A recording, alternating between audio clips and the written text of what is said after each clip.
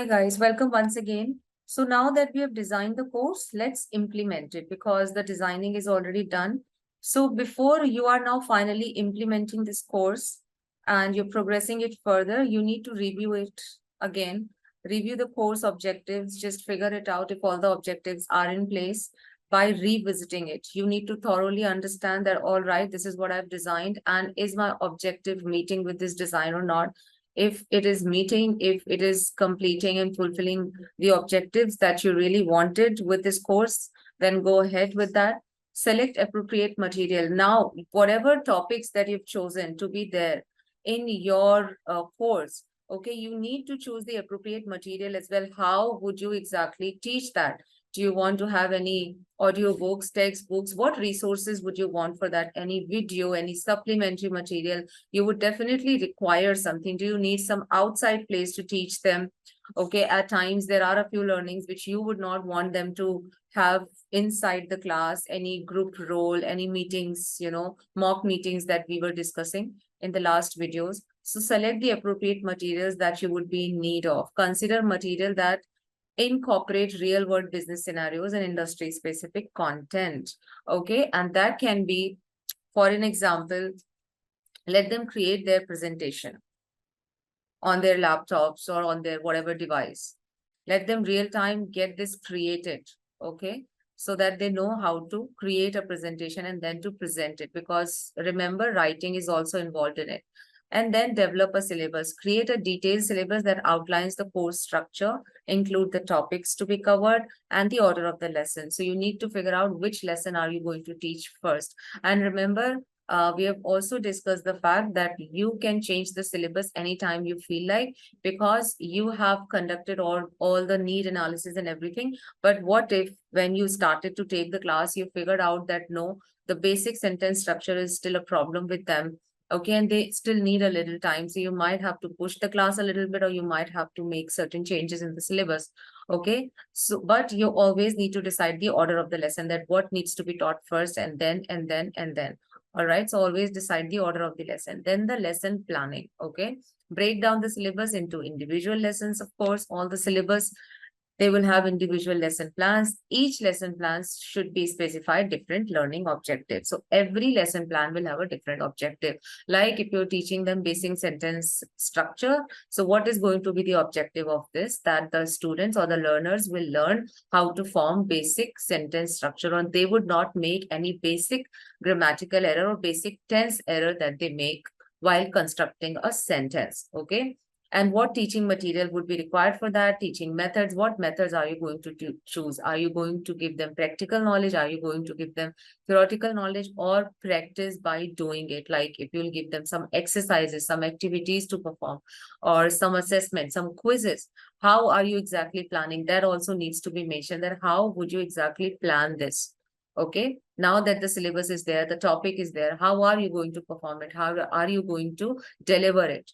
Okay, include a variety of activities to engage learners. Otherwise, it will be boring anyways. And with one activity, one cannot learn everything. Incorporate real world scenarios. This is something that we've been speaking about many times. So I'm not elaborating it much. Of course, it should all be related to something that they can use in the real world. Like even if you are giving them certain sentence structure, keep all the structures and activities and sentences, topics, paragraphs, specifically customized to the kind of business that they do, so that more that they are speaking that one sentence, more that they are speaking that one paragraph, like how to talk in front of the client, delivering a speech to the client. If they are just repeating that, they will anyways learn it. Okay, promote interaction. Interaction is the best way in my teaching that I've observed. This is how I did it many times, by giving interaction to people, that this is your topic, now talk amongst each other, correct each other. That comes in feedback, but still, promote interaction.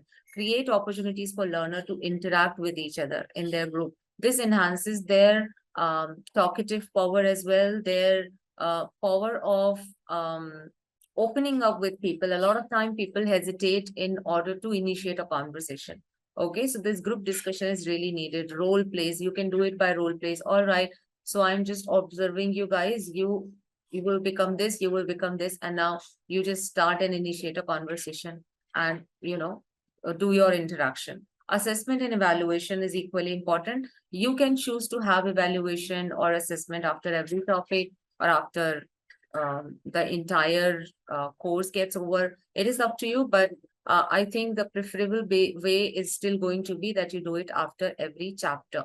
Cultural sensitivity is, again, we've spoken about it a lot. Cultural sensitivity, incorporate culture awareness and sensitivity training in the course. Obviously, that will be there in your syllabus. We have discussed this also, that you're not only teaching these students of one culture. So incorporate different slangs, different languages, different words that are spoken in different cultures, okay? And you need to study those cultures first. Or if that specific business for which you are creating this course is there in, probably in certain countries. So at least you can pick up cultures, because all over the world it's going to be difficult. But at least to those countries where this particular business is already there, okay?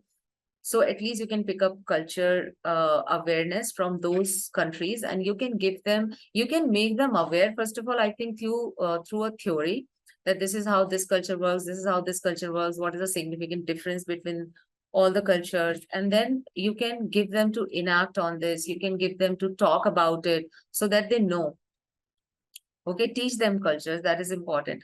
Then technology integration, of course, you need to know how to use applications, videos, okay, video conferencing. Also, if somebody is taking classes on video conference, also if somebody is dealing with any client on video conference, what exactly does that person need to do? Continuous improvement, of course. Improvement happens classes after classes and chapter after chapter. So be flexible and open to making adjustment. This is what I was talking about. Adjustment based on the needs to progress. If you still think, like, you've given a chapter called tenses, past tense, so that they can talk about something that has happened in the past. But if you're still noticing that no, there's still stuck between between figuring out the difference between past and present, or that they know the difference between past and present, but when they talk, they are completely confused. And when they need to talk about past event, they are using present tense mostly. So you need to work on that, and you need to just give that chapter a little more time, even if it is not your agenda. Okay. Then obviously professional development, stay updated on the current trends and the best practices in the language. That is your professional development. So you need to see, even in terms of business also, okay, that what all businesses, how are they talking in a particular business? What is happening in the business world currently, specifically in that particular trend, in that particular industry for which you are giving this training. Cater to individual needs. Now, obviously, it doesn't get possible a lot of time to cater to every individual separately, but still, you can still pay attention to anyone who is really struggling with something very specific. So at least you can just pay attention to that individual who would require a lot of your attention. Not like the rest of the people, but this person is like, needs something else from you. Recognize that learners may have different language proficiency. If there is somebody who's finding it really hard to cope up with the rest of the class because this person is like struggling in constructing basic structure of a sentence, or knows a lot, but then while talks faces a lot of confidence issue. So you need to deal with that person and guide that person separately. Maybe you need to give this person certain different exercises, certain different activities to do, so that this person can also feel confident and come up to the level of others. Okay. Promote independent learning. This is completely related to promote independent learning. Okay. Every individual learns different, and whatever learning probably is making me teach anything, probably is not going to teach in the same way to someone else. So you need to promote independent learning, whatever way they prefer to learn. Okay, you need to at times analyze that also. This person is not able to understand, because every learner is different. Remember, audio learner, video learner, and then kinesthetic. So you need to suggest different ways to different people, that if you want to do it this way, do it this way. If you want to write it down, write it down. If you want to write and speak, write and speak. A lot of time, a lot of my students have learned speaking after writing. Like, they were not able to speak directly, but once they've repeated any topic 2 or 3 times in their written note, like they were writing that paragraph and then they were reading it out, then they were able to speak about it. So that is the exercise that I prefer to give them.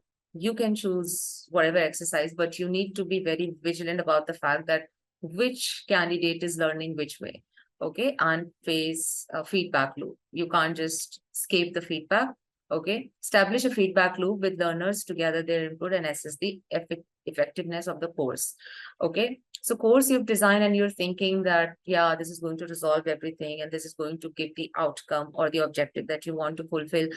Keep taking feedback about every chapter. Once the chapter is over, did you understand? Do you want me to make any changes? Do you want that this could have been done better in some other way? And you can make adjustment also. It's not that it is something set in the stone that cannot be changed.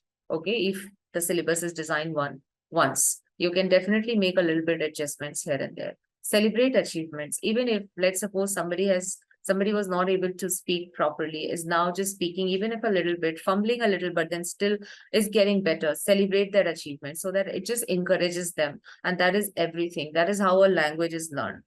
Okay, and then final assessment and certification. So you need to let them know, let students know. It should be clarified in the syllabus also when the final assessment will happen, how many marks and how would they approach for the certification. Okay, so now that the implementation is done, we will next talk about setting up the lesson plan.